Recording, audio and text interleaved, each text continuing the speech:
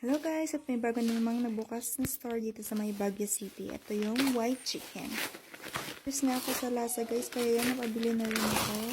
Mga pala siyang dalawang sauces, ang chili and then garlic mayo. Garlic mayo yung pinili namin kasi hindi kami mahilig magsili. Ang binili nga pala namin is yung whole chicken with biryani rice. So ayan guys, bubuksan ko na siya.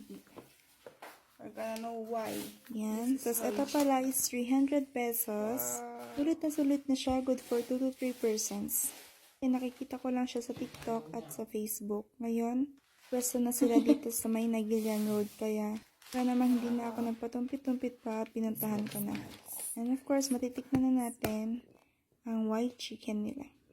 Kaya guys, kung gusto niyo ring itry, puntahan niyo na sila dito sa may Nagilian Road or along Nagilian Road, Baguio City. Bye-bye!